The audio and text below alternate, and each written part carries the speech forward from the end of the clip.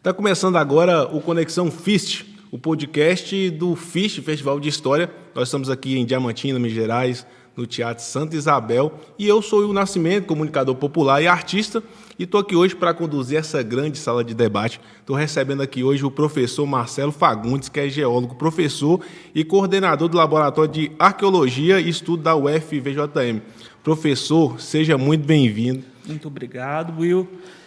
Queria mandar também meus agradecimentos para o público em geral, tá? E, enfim, estamos aí prontos para esse debate sobre a arqueologia do espinhaço. Só uma correção, eu sou arqueólogo. Arqueólogo, perdão. A gente está aqui hoje no FIST. O FIST acontece em Diamantina de 24 a 27. Você aí acompanha nossa programação através da rede social O FIST e também através do site festivaldehistoria.com.br. Professor Marcelo Fagundes, que é arqueólogo. Professor, vamos começar falando sobre os povos que viviam aqui, né, no Espinhaço. O que se sabe desses povos até mesmo antes da invasão portuguesa? Bem, essa pergunta é importante, né? Importante que nem todas as pessoas conhecem essa realidade do espinhaço. Digamos que o espinhaço foi ocupado por povos indígenas. Eu não gosto do termo paleo. Você não vê ninguém falando paleo-europeu, né? Não existe. A gente fala nem de pré-história, que é como se essas pessoas não tivessem os seus mitos, suas cosmovisões, o modo de habitar o planeta, né? Então, nós vamos falar só de povos indígenas. E no espinhaço, né, o professor André Snardes, que é da UFMG, tem datado e calibrada por AMS, que é uma técnica que data o carvão, né, 12 mil anos. Então, a gente sabe que há 12 mil anos os povos indígenas já estavam no espinhaço, né? E eu digo que a questão é um pouco complicada, porque tem chama o hiato do arcaico, né? Durante o Holoceno Médio, que vai de 8 a 4.200 anos, há autores que dizem que ocupações e abrigo eram impossíveis, tá? Em Feliz dos Santos, em Serra Negra, onde eu concentro meu trabalho, que também é espinhaço, tá? Mas fica bem no ecótono, na divisa com o Rio Doce e o Rio Jequitinhonha, tá? Nós temos evidenciado muitas datas desse período, do Holoceno Médio. Então, que joga por terra, né, ou jogaria esse ato do arcaico, tá? E nós temos todas as ocupações também que vão até o contato, até a invasão dos europeus, né? Então, esse é um período, e é bom falar sobre isso, porque as pessoas não entendem, ou não querem entender, ou não sabem mesmo, né? Que nós temos toda uma ancestralidade indígena desde 12 mil anos, ou seja, todo o período do Holoceno, né? Eu não gosto da palavra continuidade, que parece que as datações são 12 mil, 13.999, não é assim. Então, eu prefiro mais resiliência, né? Resiliência seria mais apropriado, um termo mais apropriado. Para o público entender, essa resiliência seria como um pé de cana, né? Não tem vendaval, ele está lá paradinho, retinho, né? Quando tem um vendaval, ele se entorta, né? Mas logo passa o vendaval e volta novamente. Isso é resiliência, né? É você continuar. E os povos indígenas, até hoje, aqui nesse momento nós estamos falando, existem diversos povos por todo o continente, né? Que merecem o nosso apoio, nosso respeito, né? Não tratá-los como objeto de pesquisa apenas, né? Mas tratá-los como pessoas que pensam diferente da gente, só isso, tá? E nós temos essa visão muito eurocentrada, né, sobre quem são esses indígenas. E eu posso responder, inclusive, são pessoas, né? O senhor traz essa questão dessa dificuldade de entender nossa ancestralidade indígena de maneira geral. Em sua perspectiva dentro dessas pesquisas, quais os principais desafios de maneira geral, sociocultural, para que a gente compreenda essa ancestralidade? Eu acredito que o maior desafio que a gente está enfrentando seja, que a gente, que eu falo, somos arqueólogos, seja sensibilizar Nem os indígenas, nem os povos negros, não é isso, né? O processo de decolonizar, que é no caso dos indígenas, e contra-colonizar, que é em relação aos povos negros, esbarra justamente o nosso pensamento eurocentrado, né? E a nossa principal dificuldade seria a educação patrimonial, ou seja, a sensibilização das pessoas em relação ao tanto que isso é importante, em tanto que a ancestralidade, tá, seja negra, seja indígena, faz parte do nosso ser, né? Eu estava comentando antes com você que há alguns anos eu visitei o México e eu sou o rato de museu, né? Que as pessoas pensam, o arqueólogo é o Indiana Jones. Não, isso mastiza demais o meu gosto, tá? E juro para você que eu não estou armado e nem com chicote. E nem vou para o campo também armado ou com chicote, não sei para quê, né? Mas nas aventuras, no campo, desbravar, descobrir, né? Isso não existe, não é arqueologia. A arqueologia, aí eu parafraseando o Tim Ingold, que é um antropólogo inglês, ele fala que a antropologia, antes de tudo, é educativa. E o mesmo eu posso dizer sobre a arqueologia, antes de tudo, ela é educativa. O nosso trabalho não está só no campo, né? O que acontece, né, é sensibilizar as pessoas, tá? E isso são todas as pessoas, né? As pessoas sentem orgulhos, eu sou descendente de italiano, eu sou descendente de português, porque o meu olho é verde, meu olho é azul, como desfazendo literalmente do que nós realmente somos. Nós somos híbridos, como disse um dia Bruno Latour, né? Que já não li na obra Jamais Seremos Modernos. E o que é ser híbrido, né? Os nossos primeiros ascendentes eram negros e saíram da África. O Homo sapiens sai da África e sai matando todos os neandertais, assentando, né? E que se dominam o planeta, tá? Mas se a gente for pensar então só na questão de raça, a gente tem que pensar também que então todos no planeta inteiro somos negros, né? O que acontece, onde se estabelece essa diversidade linguística, cultural, tá? São realmente da forma que a gente vê e habita o mundo, né? Então, a dificuldade maior seria nesse processo de conscientização das pessoas do que elas são de verdade, né? De reparar nas coisas. Nós temos hoje uma reserva técnica que tem uma pequena exposição com material do vale, cerâmica, né? Material lítico, que são as rochas e minerais que são lascadas como ferramentas, né? Temos material também europeu, louças, tudo, mas as pessoas nem sabem que a gente existe, tá? Então, fiz um apelo, inclusive, para nem dentro, internamente, né? E não é uma reserva técnica pequenininha, né? É uma reserva técnica que traz, né, à tona as ancestralidades. Quem está nos visitando mais são as crianças, que os professores levam, né? Mas são crianças também de escola particular, porque estar na UFRJ lá em cima é caro para as pessoas irem. A gente está com um novo projeto agora, eu tenho que mandar um ofício para o IFAM, de levar essa cultura material até, né, as comunidades quilombolas, comunidades rurais, né, para que as pessoas também tenham acesso, né? E as crianças gostam da arte rupestre, porque é divertido, né? Eles fazem coisas maravilhosas, né? Mas a gente não está dando oportunidade para que as outras pessoas também vivenciem isso.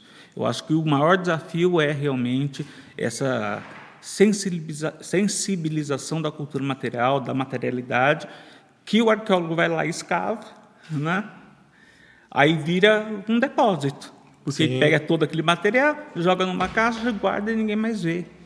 Então, assim, eu sempre relutei muito em relação à transformação da cultura material em algo inútil, né? A gente colocar no depósito, ninguém vê, né? Só que a gente está virando um depósito, né? Então, isso é desanimador, eu sei, né? E tenho certeza que outros coordenadores de reserva técnica estão sentindo o mesmo, né? Que é por falta de dinheiro, por falta de oportunidades, é um monte de coisa que envolve, né, essa sensibilização das pessoas. Em relação a essas pesquisas arqueológicas e todo esse trabalho, quais as principais pistas que têm ajudado a compreender a ocupação do território aqui no norte e no nordeste de Minas Gerais? Quais as principais pistas encontradas? É uma pergunta bem capciosa, né? Porque, como eu disse, a gente não descobre, né? Eu acho que não tenho vocação para Indiana Jones. Eu gostaria de ter, né? Mas não tenho. Basicamente, na área que eu trabalho, tá, em Serra Negra, tá, nós estamos evidenciando nas camadas superiores muito pouco. Acho que não dá para montar uma xícara, né? A cerâmica é uma cerâmica enegrecida, tá? Ou seja, queima redutora, tira, né, a capacidade da argila, né, de absorver o oxigênio. Então, essas cerâmicas são bem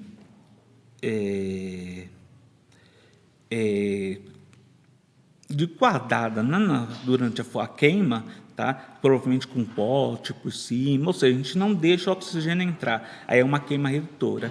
Uma queima oxidante, geralmente é a cerâmica mais avermelhada, tá? Que é com muito oxigênio. Tá? O que nós encontramos em superfície, né, essa última escavação da gente foi no Água Quente 1, tinha um caquinho de cerâmica. Né? Então, assim, é pouco, mas essa cerâmica, eu acredito que está associada ao que chamamos de tradição una. Tá? Não estou defendendo a tradição também, né? Mas é o que a literatura traz. Tá? No Cabeças 4, por exemplo, que é um sítio que tem a datação mais antiga em Serra Negra, né, de 7.200 calibrado, né, nós encontramos 14 cacos de cerâmica, lâmina de machado polida, que eu acho que um granitoide, que é o patólico do Itanguá, que eles usavam, a gente conhece até as fontes, mas também era usada por ocupações históricas. Então, o que a gente vê de negativo nas rochas é mais aquela roda de moinho que eles faziam para triturar grãos. Né? Mas, basicamente, é a arte rupestre. Tá? Então, tem a arte rupestre, embaixo tem alguma coisa. Então, acaba sendo isso.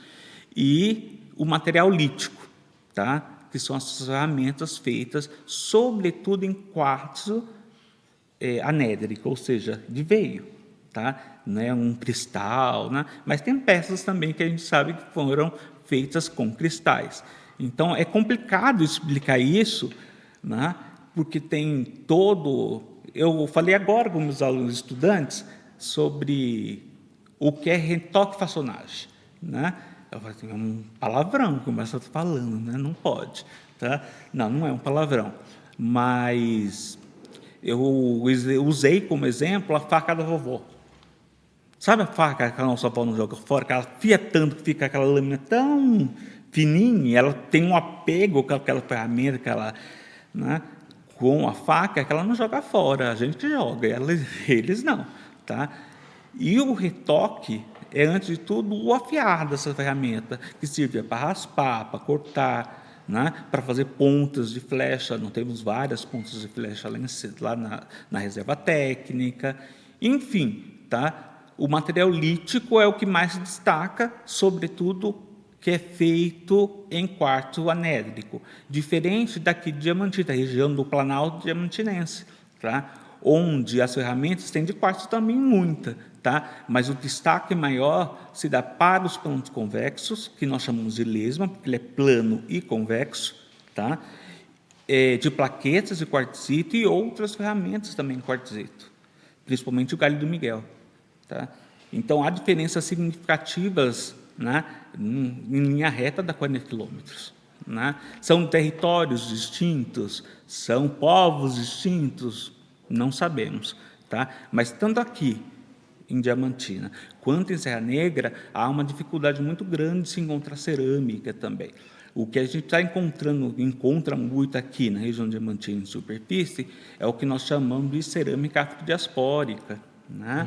Então, eu tive o prazer de escavar a casa da Chica, o quintal do Moço Diamante. Inclusive, tem um aluno que vem hoje para fazer essa estatística da cerâmica, tá?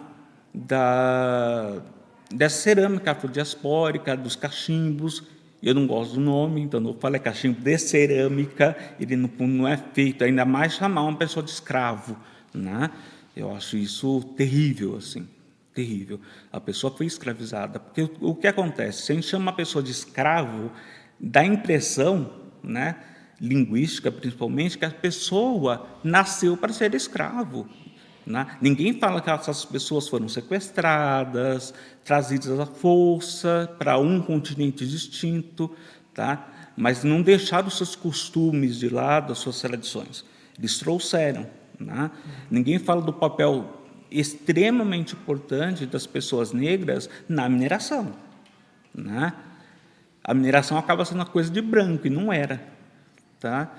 Então, e agora, mais recentemente, a gente até pediu licença por IFAM, né? Encontramos um sítio cerâmico a céu aberto, lá em Feliz dos Santos, tá? Muita cerâmica, lâmina de machado, que você imaginar tinha, tá? Que parece ser tupinambá, né? A decoração, as formas, só falta uma característica, que são as pinturas. Então, futuramente, eu vou falar para vocês sobre essa cerâmica, né? Se é uma cerâmica G, se é uma cerâmica Tupi-Guarani, né? Por quê? E ver as ações, principalmente, né? Que pode ser num sítio que foi ocupado rapidamente, num processo de fuga, né, do litoral para a Amazônia, tá? Então, seria um sítio só de passagem, mas também podia ser um assentamento mesmo, né? Mas, como eu disse, as características que a gente viu do material de superfície lembra, né, uma cerâmica tupinambá. Mas será que é? Então, a gente já tem todo esse problema, tem um aluno doutorado que vai estudar esse material, enfim. Mas, basicamente, o que essas pistas, né, entre aspas, né, é um material lítico, né, e disso desdobra um monte de problemas, né? Onde as pessoas viviam, como viviam, né? Enfim, é uma questão muito complexa, mas, basicamente, tanto aqui em cima, né, no Planalto Diamantinense, quanto na Serra Negra, o material lítico se destaca, né? Já tive debates com professores nádios sobre qual a forma, né, que essas pessoas, que a gente está acostumado a ver os povos indígenas, né, principalmente naquele círculo, né, que é a aldeia, né, com muita cerâmica, etc. É isso que, principalmente, a mídia passa para a gente. Então, mas ninguém pensa numa aldeia que seja reta, né? Eu quero trazer uma provocação que você traz anteriormente na fala sobre essa questão da lacuna da compreensão de nossa ancestralidade, e depois traz a robustez desse trabalho que tem sido produzido aqui a nível de pesquisas arqueológicas nessa região. De que forma, na sua perspectiva como arqueólogo, a gente pode transformar esse conhecimento produzido a partir da arqueologia cada vez mais acessível para que a população, de maneira geral, tenha acesso e compreenda de maneira mais clara a ancestralidade e a ocupação desse território? Posso ser sincero? Sim. Nos falta dinheiro, não é vontade, é dinheiro realmente.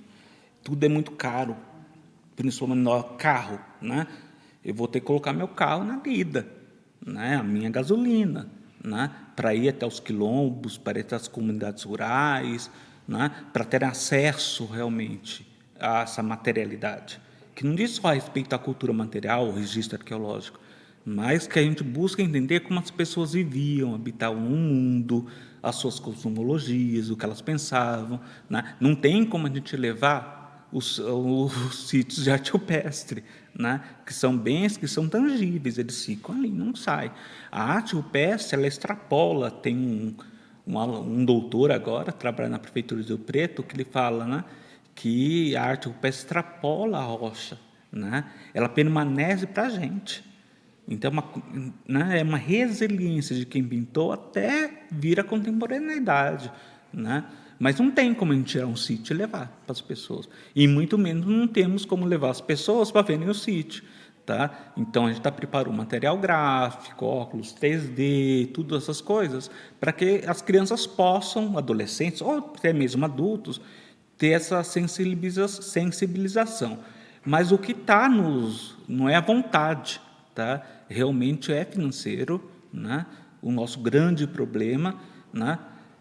De transformar a arqueologia em algo que seja palatável, que seja educacional, que seja científico também, mas essa parte educacional ela acaba sendo a mais prejudicada, né? Porque a gente quer escavar, vai todo mundo numa barraca, dorme lá, toma banho no riacho, né? Encontra o material, guarda o dinheiro para a datação, né? Porque pode demorar até um ano para esse dinheiro aparecer, né? E aí sim, aí a gente publica, né?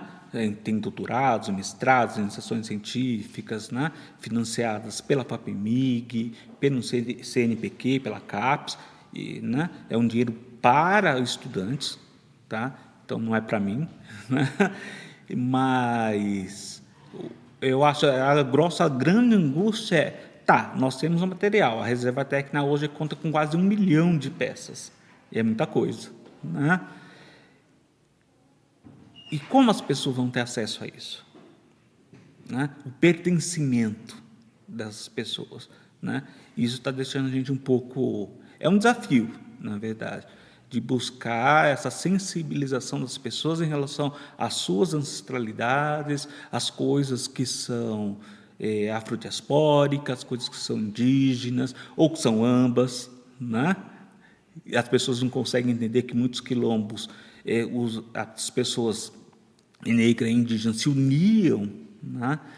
Então, fala, mas esse indígena é negro. Eu falei assim, na sua concepção, né? Ou seja, falta conhecer um pouco mais, né? Eu acho que o tema do FIST é conexão, a história... A história liberta. E a arqueologia também liberta, né? Porque falar, mas a arqueologia não é parte da história? Tem pessoas que veem assim, tem pessoas que não veem assim, tem todo um debate, né?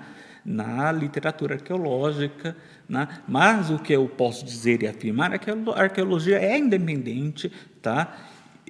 Não é, fazer pesquisa científica acaba sendo muito fácil para a gente, né? Mas o desafio é realmente sensibilizar o pertencimento das pessoas, né? Aquilo não é nosso, né? Existe toda uma lei, está na Constituição, sobre a guarda do material, né? Tem uma lei específica para a arqueologia. Agora saiu uma nova portaria do IPHAN e eu sou a favor de todas, eu não tenho absolutamente nada contra. É um patrimônio que deve ser guardado pela União, mas eu não queria fazer um depósito, né? Eu tenho certeza que outras pessoas também não querem fazer isso, tá? Mas o nosso fim está quase transformando a tudo que eu rejeitei desde o início, que era transformar a nossa reserva técnica num depósito de material do licenciamento ambiental, né? Eu queria formar estudantes, e nós formamos, tá? Bons e excelentes estudantes. Eu acho que a primeira turma em 2009 está terminou o doutorado. Então, assim, tem vários mestres, ou fazendo doutorado, né? Trabalhando em arqueologia realmente, né? Mas eu acho que falta esse apoio financeiro para que esse projeto cresça realmente.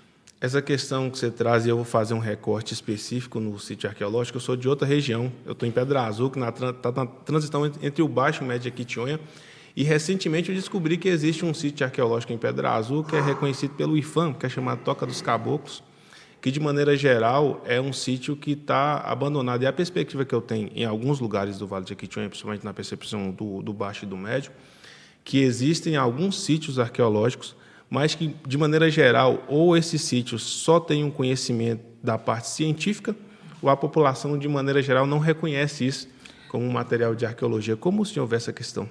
É um pouco mais difícil que isso, né? Quando a gente fala que um sítio é registrado, eu pergunto, quem registrou?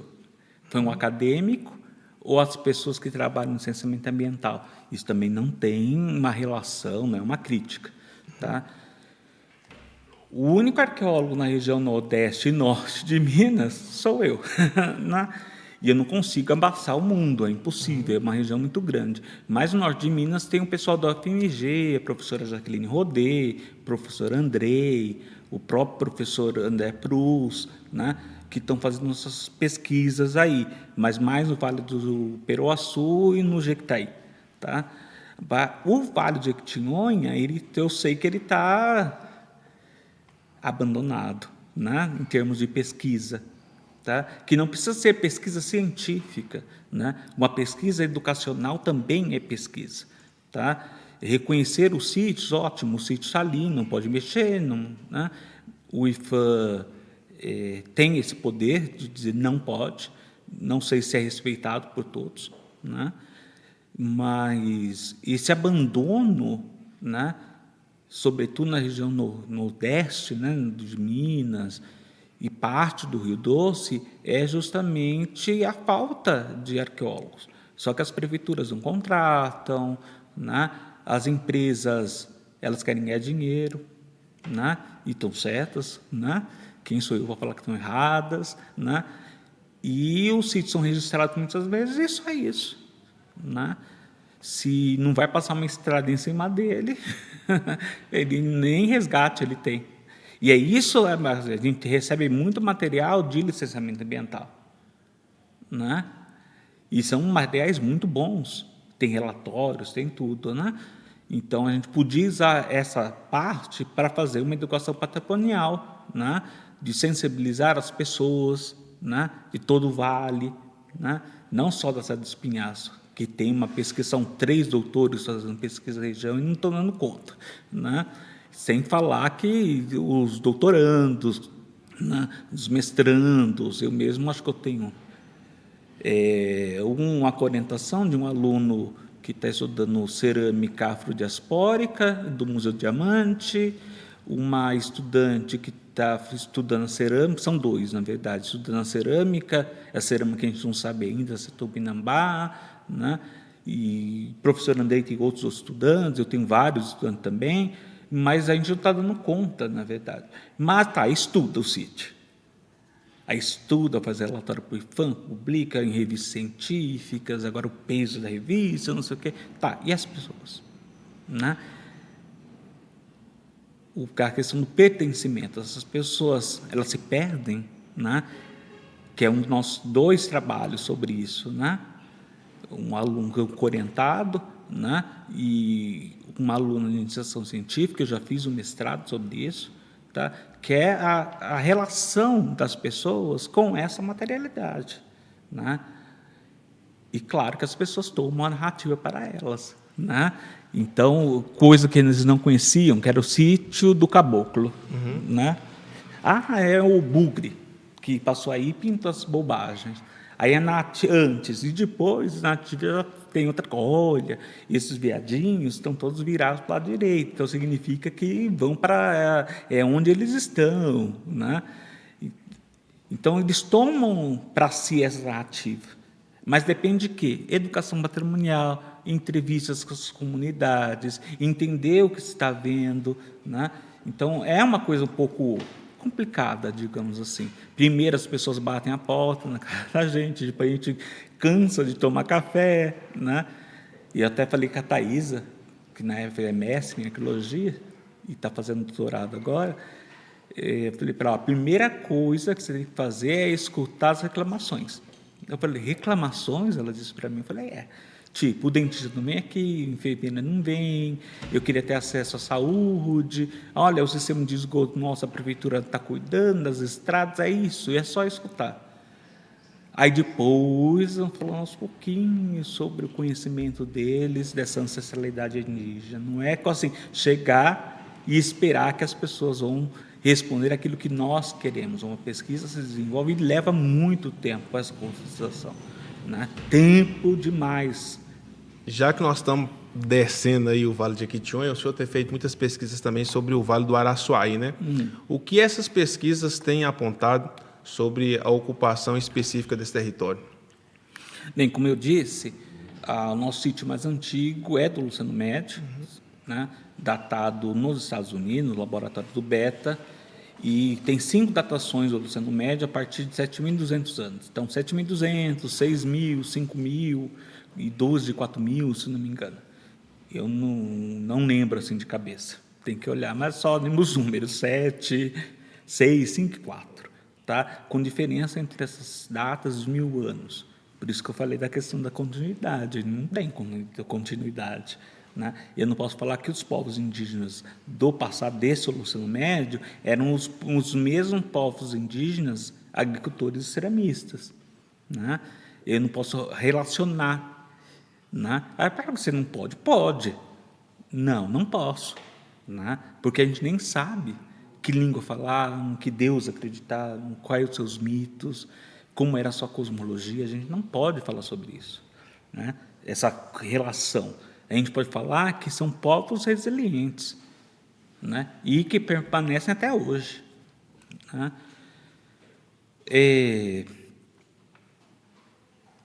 O que eu posso falar é que nós temos uma ocupação no Vale do Araçuaí, né? No Alto Vale. Tá? Bem no Alto Vale, né? Bem na nascente do Araçuaí, se concentra em forma de arco de ferradura os sítios que têm as ocupações mais antigas. Tá? Em volta do rio Araçuaí. Então, isso é interessante para a gente. Né? E por isso que a gente está escavando. Né? Agora começou a chover, a gente não para de escavar, volta só ano que vem.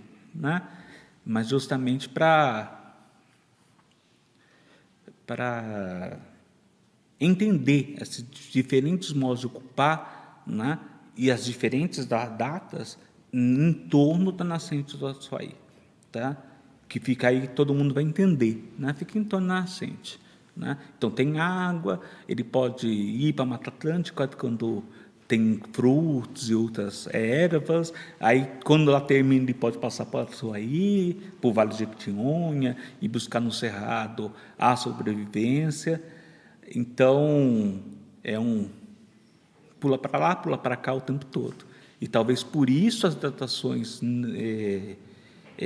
estejam nesse Holoceno Médio. Basicamente, eu posso falar para você, a arte rupestre, né? Em todos os sítios tem, e tem, nem se for a gente chama de antropomorfo, ou seja, tem forma de gente, mas ninguém pode falar que é gente, porque a gente não sabe o que é. Né? Pode ser um deus, né? Pode ser parte da mitologia, então não sei, então a gente prefere chamar de antropomorfos. E realmente os antropomorfos são geralmente representados aquele hominho assim, com os braços levantados, um X, basicamente. Na verdade, é o que eu sei desenhar. E alguns são mais gordinhos, outros, né? O pênis aparece muito na coisa, e aí tem um amigo meu que falou assim que é o taradinho, né? Porque eu não vejo nenhum ser humano com os braços levantados, as pernas abertas, né? Ereto e correndo atrás das pessoas. Né?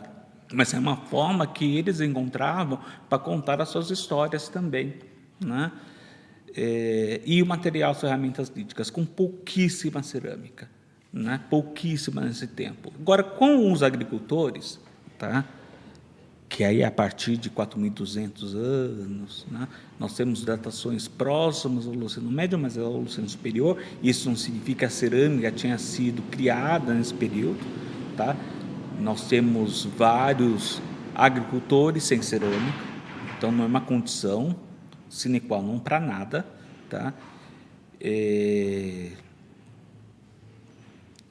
E também, mesmo nessas datações mais recentes, o Holoceno Superior, tá? Nós não estamos encontrando cerâmica, como eu disse, ser uma cerâmica bem redutora, pequenininha, fina, modelada, né? Que juntando tudo, eu acho que não dá nem essa xícara, que eu já disse, e que nós achamos, né?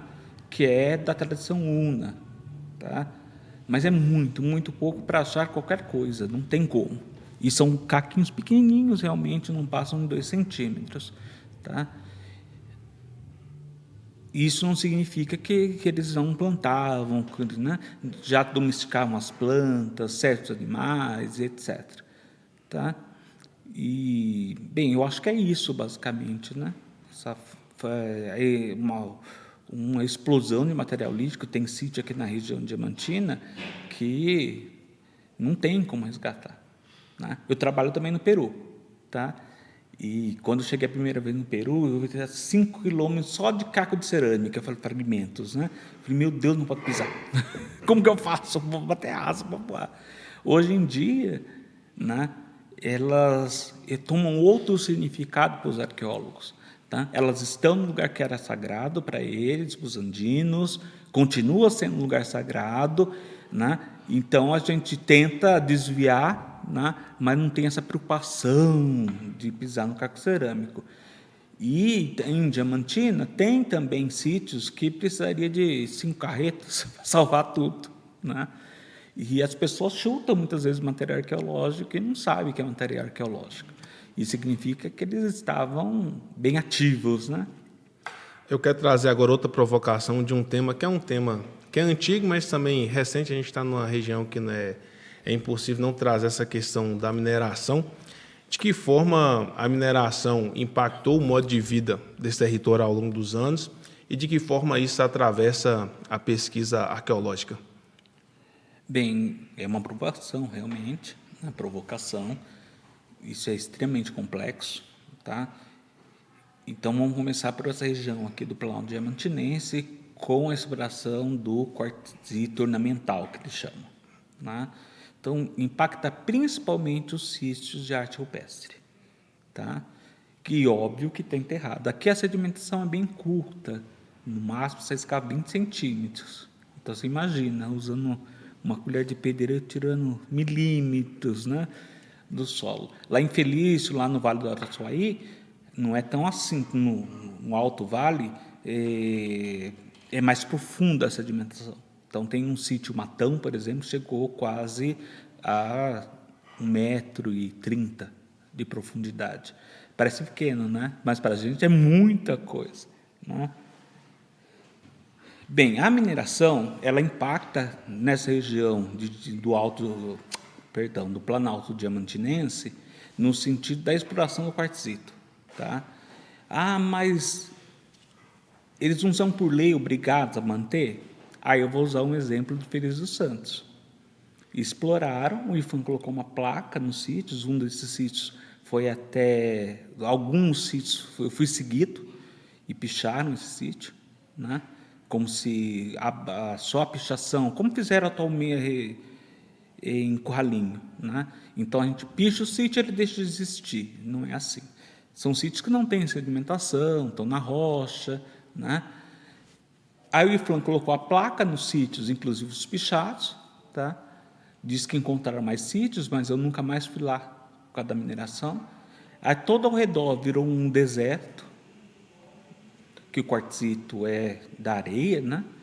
Imagina, você explodir numa pedra aquela para tirar o que é útil para as empresas, né? Mas o passivo ambiental fica com quem? Eu me lembro que o promotor federal, procurador federal, tinha proibido qualquer, né, extração ali, em função do patrimônio paisagístico, um lugar que era muito bonito, estratégico, tem os sítios arqueológicos, ele tinha proibido, mas a empresa conseguiu a licença. Eu realmente não fiz a denúncia, tá? Mas eu sei quem fez, né? Depois de que foi acusado, e a dona da empresa chorando, falando que era culpa minha, que eu estou assim, não, querida, quando eu faço denúncia, eu assino. Não é anônima, não. Recentemente, lá em Felício também, me parece estão pagando uma boa quantia por 1 quilo de quartzo, um quartzo feio, né? Não é aquele cristal brilhante, não, né? E pagando caro. Então, vários garimpeiros legais fizeram as suas incursões, abrindo buracos imensos, mas não podem ter impactado a arqueologia, não nego, tá? A gente está na fase ainda engatinhando, apesar dos 15 anos pesquisando, a gente está engatinhando ainda, tá? Mas em um abrigo foi prejudicado. Mas, por outros lado, em Três Fronteiras, por exemplo, a gente não tem como ir mais, né? Por uma questão emocional minha, talvez, né? Então, a gente vai lá do lado de Senador Maestino, né? Aí que nós temos dados, inclusive um sítio de quase 7.000 anos. Tá? O lado que fica em Feliz dos Santos foi totalmente destruído.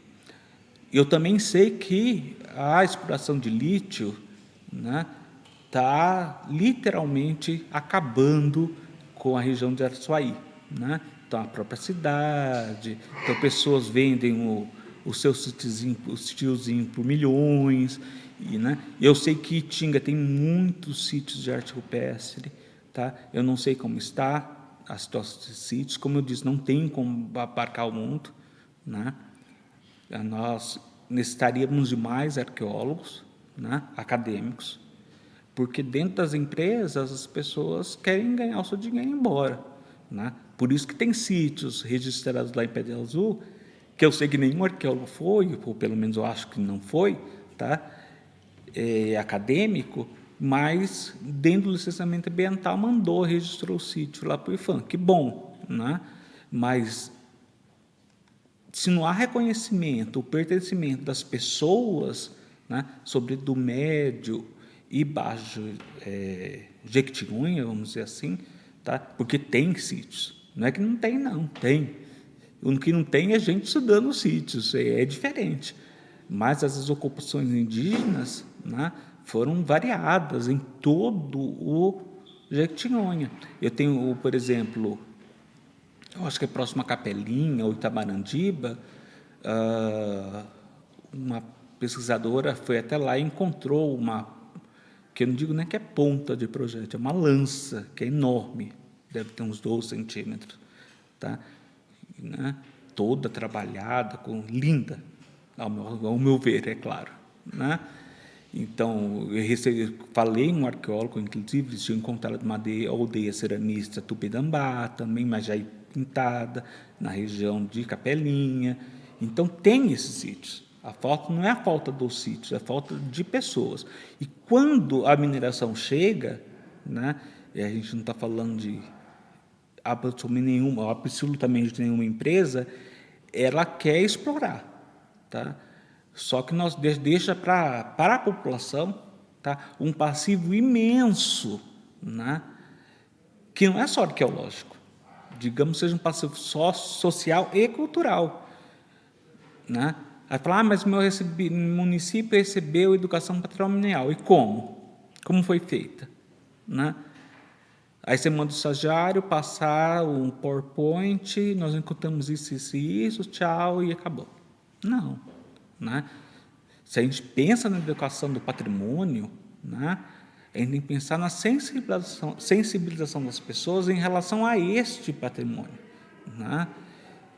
Eu não posso falar da mineração, não quero falar sobre, né, porque se eu for na minha casa tem piso, tem granito, né, meu carro né, usa combustível fóssil, né, que é a gasolina, né, ou as plantações de cana-de-açúcar, que são imensas, tá, e que ninguém come, né? Então, seria muito hipócrita ter que falar sobre isso. Mas o desenvolvimento sustentável que a gente busca, né? Por exemplo, a conscientização, que é importante no sítio arqueológico por tais coisas, né? Então, nós precisamos preservar isso, aquilo, né? A nossa sorte é que muitas compliance têm fazem empréstimos no Banco Mundial, e entre as coisas do Banco Mundial está a proteção do patrimônio. Então, a empresa não é que ela é boazinha, não, ela tem que cumprir aquilo, senão ela não recebe dinheiro. E são extremamente cuidadosos. Então, diante disso, eu acho que as grandes empresas têm mais responsabilidade que as pequenas, né? E o nosso governador fez questão de liberar, né? Abrir a porteira e estão devastando tudo. Quem pede? Nós, a sociedade, tá? Porque não é só economicamente que a gente vive de arte, de cultura, né? Das populações afrodiaspóricas, das populações indígenas, entender a nossa ancestralidade, de onde nós viemos, né? E eu acho que é assim com todas as pessoas, a gente não vive só de comida. Nós estamos aqui no Conexão FIST, no episódio de Arqueologias do INSPIAS, recebendo o professor Marcelo Fagundes. Você que acompanha a gente ao vivo aqui no Teatro Santa Isabel, você também vai poder participar, fazendo perguntas, nossa produção vai estar aí. Então escreva sua perguntinha, acompanhe para a nossa produção, para que o professor também possa deixar isso para contribuição para quem nos assiste ao vivo aqui no Teatro Santa Isabel. Professor, essa edição do FIST celebra os 20 anos da UFVJM, que é um patrimônio não só do Vale de Jequitinhonha e Mucuri, mas é também um patrimônio de Minas Gerais e do Brasil.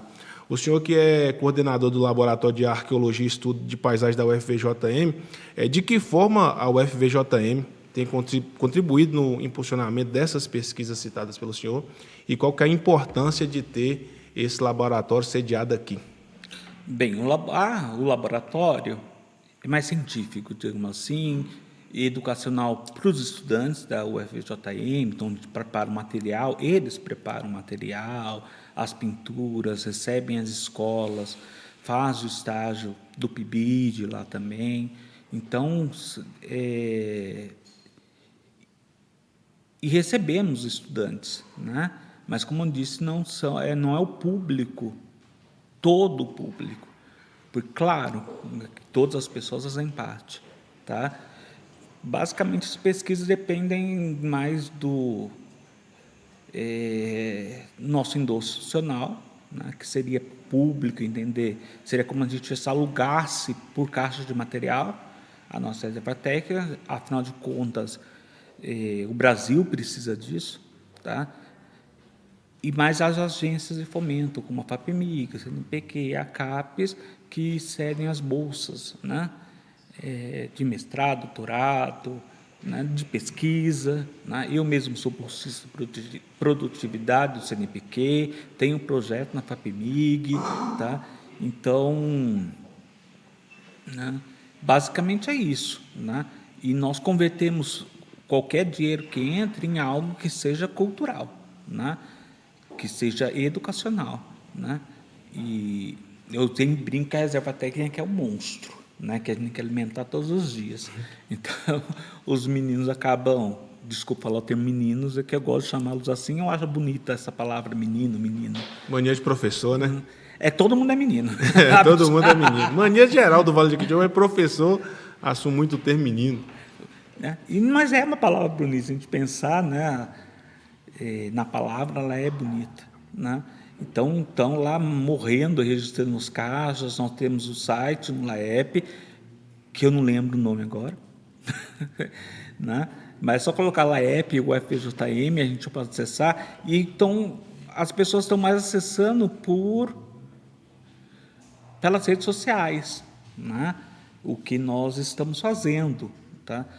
Mas muito da gente deve às agências de fomento, sobretudo a FAPEMIG e o CNPq, que acabam financiando bolsas, essas coisas para os estudantes, tá?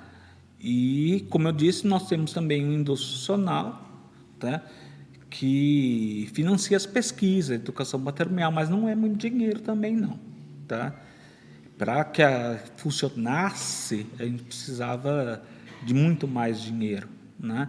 Funciona, mas ela está meio manca, sabe quando você está engatinhando, tá?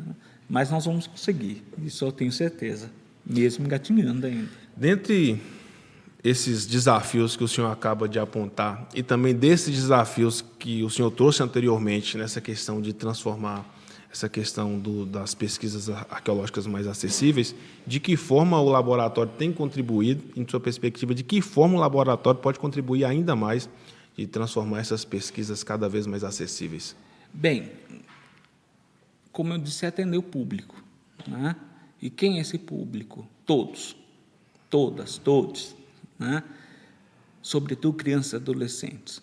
Então, nós estamos produzindo uma cartilha que seja digital.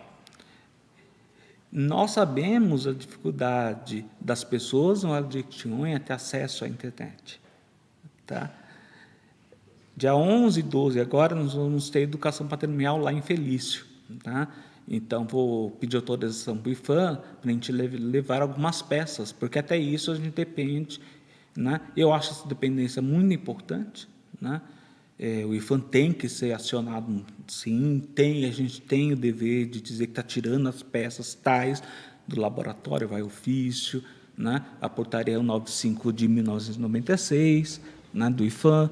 Então, é importante também que eles saibam que a gente está usando isso na educação patrimonial. O meio que a gente está usando tem as caixinhas arqueológicas. Então, a gente, basicamente, amarra o material com fio de nylon para as pessoas não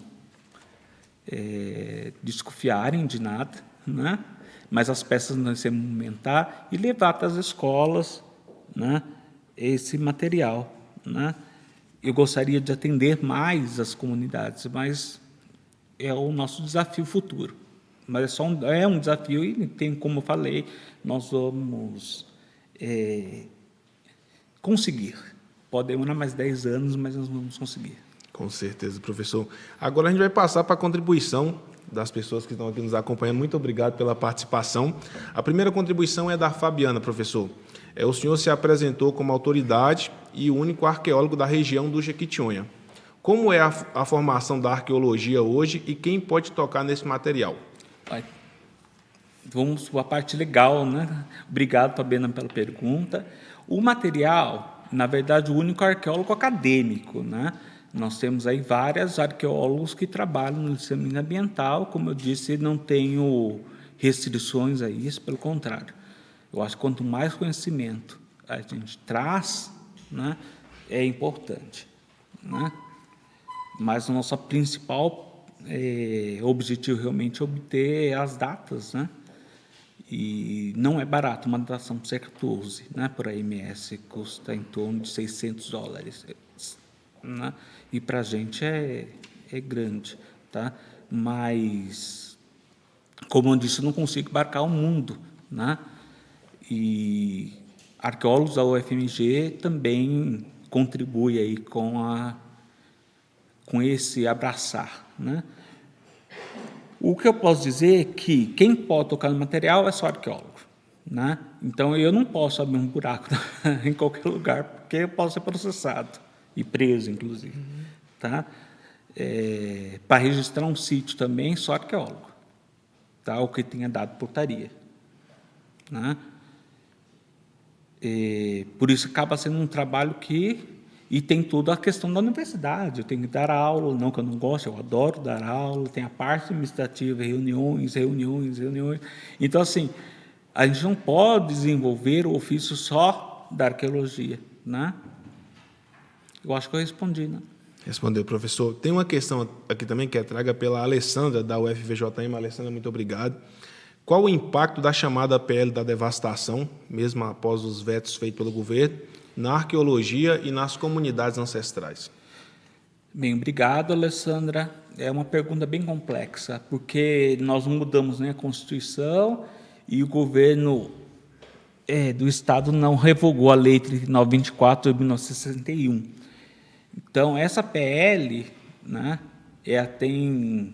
eu tenho N críticas sobre ela, infelizmente a gente não tem tempo para isso, mas em torno da arqueologia ela ainda é protegida por lei, ou seja, ela continua, né? Contudo, há um grande movimento entre os arqueólogos que é a queda, né, da PL. Mas, como ao mesmo tempo eu disse, se a empresa tem um compliance, por exemplo, né, ela tem que fazer, independente da lei brasileira ou não, tá, para conseguir a licença, conseguir o dinheiro, né, do Banco Mundial. Como eu disse, eu tenho muitas críticas à PL, porque não é só arqueologia que é importante, tem a questão cultural, educacional, o modo de vida das pessoas, como elas habitam o mundo, e isso não está sendo levado em conta, está colocando em primeiro lugar sempre a economia. Isso é a economia do país, né? Mas se a gente destruir as pessoas, o que elas vão ser para a economia do país, né? Quem vai mover a máquina que é o Brasil? Então, a gente tem que pensar nessas questões também. O Zé Eduardo trouxe uma questão aqui também. Gostaria de saber se o Laboratório de Arqueologia possui ou pretende ter a linha de pesquisa em paleoclimatologia. Não, na verdade nós não temos. A gente faz uso, mas o LAP, que é coordenado pela professora Alessandra, tem essa linha de pesquisa, tá? A professora Evelyn, que é atual diretora do CEGEL tem essa linha de pesquisa, a gente usa o professor Alexandre Cristófaro, o professor Evandro, que estão indo para essa... E a gente acaba bebendo da água que eles produzem, mas o laboratório em si não tem essa linha de pesquisa. Rosália Ferreira também trouxe também uma questão. Professor, penso ser lícito afirmar que os povos originários ocuparam o território de Diamantina.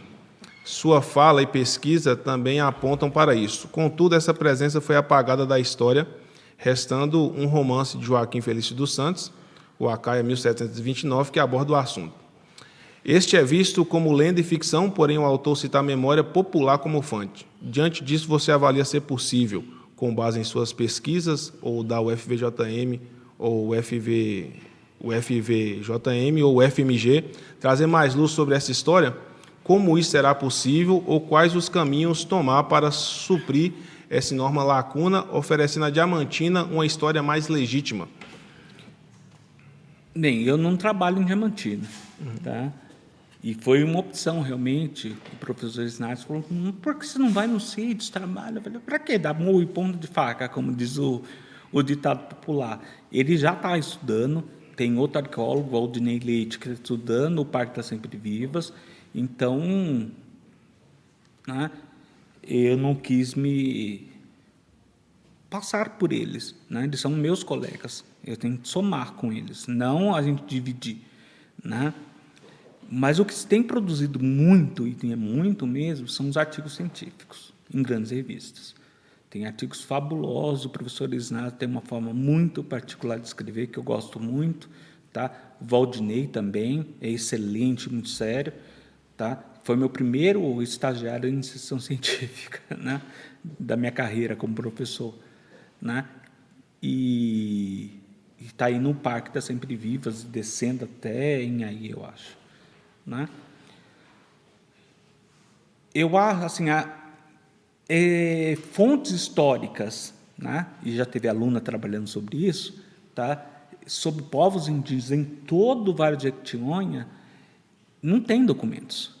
Então, eu costumo dizer que, além de apagar fisicamente essas pessoas que eram mortas, escravizadas, né, também apagaram as memórias, né? Então, não tem documento sobre essas pessoas. Além da obra citada, né, tem o Saint-Hilaire também, que fala da presença de pinturas, tá? E eu não lembro a fonte agora, né? Mas ele só fala, tá, o Saint-Hilaire, menos de um parágrafo, tá? De uma urna que eles encontraram em uma funerária, né? Encontraram nas fontes, acho que foi o próprio Joaquim Felício dos Santos, de a urna funerária, que encontraram nas margens de Jequitinhonha, próximo a Inhaí, mas são só, entre aspas, né, boatos, não são, assim, se juntar tudo não dá um parágrafo, tá? Mas o que a gente sabe é que, sim, houve ocupação na Serra do Espinhaço, tá? Pelo menos no Alto Jequitinhonha, a partir de 12 mil anos. Isso não tem como a gente falar que não teve, tá? Também são datações absolutas, feitas no Beta, nos Estados Unidos, né? De fogueiras. É bom a gente falar que as fogueiras que a gente imagina, que estão todas são demarcadas com pedras, não. As fogueiras é Amazonas, assim. Mesmo porque eles não pensaram assim, olha, daqui 12 mil anos, vêm os arqueólogos chatos escavar os nossos restos, que a gente escava é o lixo, né? Então, assim, e a gente esquece da presença de crianças, mulheres, adolescentes, idosos, né? E muito bem podia ser, e é uma hipótese, uma imaginação, não é hipótese, é uma imaginação minha, né? Que uma criança chutou a fogueira, né? E a gente vai encontrar o quê? Carvão por toda a nossa quadrícula, de um por um, né? E falar, mas como você sabe que é fogueira? Bem, o quartzito, a areia do quartzito dá sinais para a gente, começam a aparecer bolinhas amarelas, né? E quando começam a surgir essas bolinhas amareladas, a gente sabe que vai encontrar uma fogueira. E aí nós precisamos de 10 gramas para datar hoje, né? E aí os arqueólogos vão lá e recolhem aquele carvão, tem todo um método para guardar esse carvão, não pode tocar no carvão, a pinça tem que ser lavada com álcool, né? Então, assim, parece uma frescura, né? Mas não é, não. Para ser científico tem que ser certo. Né? E eu acrescentaria, professor, eu também tenho uma linha de pesquisa, mas que é mais voltada pela questão da cultura popular, sobre os povos originários, a herança dos povos originários na nossa ancestralidade, é uma lacuna não só de Diamantina, mas também das regiões do Baixo e Médio de Jequitinhonha. Hoje você tem pouco material produzido sobre esses povos que viveram, em específico no Médio e do Baixo. Nós temos basicamente 2 historiadores lá que produziram sobre, né, que é o Luiz Carlos Mendes Santiago, que é mestre em História, e o César Moreno, mas de maneira geral também pouco se sabe sobre a contribuição desses povos nas regiões do Médio e Baixo de Jequitinhonha. A gente tem mais questões aqui, mas infelizmente nosso tempo está chegando ao final. Eu queria deixar esse espaço agora para o senhor fazer suas considerações finais, agradecer essa grande aula, essa primeira edição. Nós inauguramos o Conexão FIST da melhor forma possível, muitas contribuições importantes. Muito obrigado e a casa está aberta para você fazer suas considerações finais. Eu que agradeço o convite. Para mim foi um prazer, né, participar do evento, né? E antes que eu esqueça, eu gostaria de até vou virar para o público e deixar bem claro que é sem anistia, tá? E, né, você é capaz de esquecer, mas é sem anistia mesmo, né? E eu fico pensando nas mães que perderam seus filhos, né? Só nisso que eu penso. Eu não penso e nem fui julgado por isso, mas é sem anistia, tá? É pensar nessa memória indígena, nessa ancestralidade dos povos indígenas, tá? Por todo o Vale de Jequitinhonha, e esses povos foram realmente massacrados em sua memória, fisicamente, porque não era mais interessante para os europeus, né, o que pensavam essas pessoas, né? Então, eles massacraram tudo, e não foi só fisicamente. Né? Tem uma tese, um mestrado de uma estudante, não foi minha, da eu esqueci o nome dela, mas o sobrenome não, é Fortan, que fala sobre os campos de extermínio durante a ditadura civil-militar no Brasil, e que quem mais morreu foram os indígenas. E pouquíssimas pessoas falam sobre isso. E esses 2 campos de concentração estavam em Minas Gerais. O atestado de óbito desses indígenas vinha em afogado. Ele foi tomar banho no rio e morreu afogado. Tá? Todos. Né? Eu falei, nossa, que rio maldito, né? Porque as pessoas vão lá tomar banho e morrem afogados, então é um rio que está amaldiçoado. Né? Na verdade, não era bem um rio, né? O culpado de tudo. Tá? Então, agradecer a todos, todos a ouvirem, né, sobre os povos indígenas. É muito difícil as pessoas querer ouvir, né, sobre os povos indígenas, e agradecer o convite, agradecer a participação. Eu acredito que seja isso, e novamente sem anistia. Esse foi o Conexão FIST com o episódio de Arqueologias do Espinhaço com o professor Marcelo Fagundes. Professor, novamente, muito obrigado por sua contribuição, muito obrigado em nome de toda a produção. Já nós vamos gravar o episódio no Reino dos Diamantes com o professor Marcos Lobato. Queria agradecer também você que esteve aqui com a gente no Teatro Santa Isabel. Muito obrigado pela participação, pela contribuição. Para você continuar aí seguindo a nossa programação, é só ir lá nas redes sociais, OFIST, OFHIST, ou através do site festivaldehistoria.com.br. O FIST é realizado por meio da Lei de Incentivo, pelo Ministério da Cultura, com patrocínio do Banco do Nordeste. É feito em parceria com a Prefeitura de Diamantina, com a Universidade Federal dos Vales do Jequitinhonha e do Mucuri, a UFVJM, e com a Associação Nacional de História, e realizada pela Estratégia, pela Nota e pelo Ministério da Cultura do Governo Federal. Muito obrigado e até o próximo episódio. Eu que agradeço.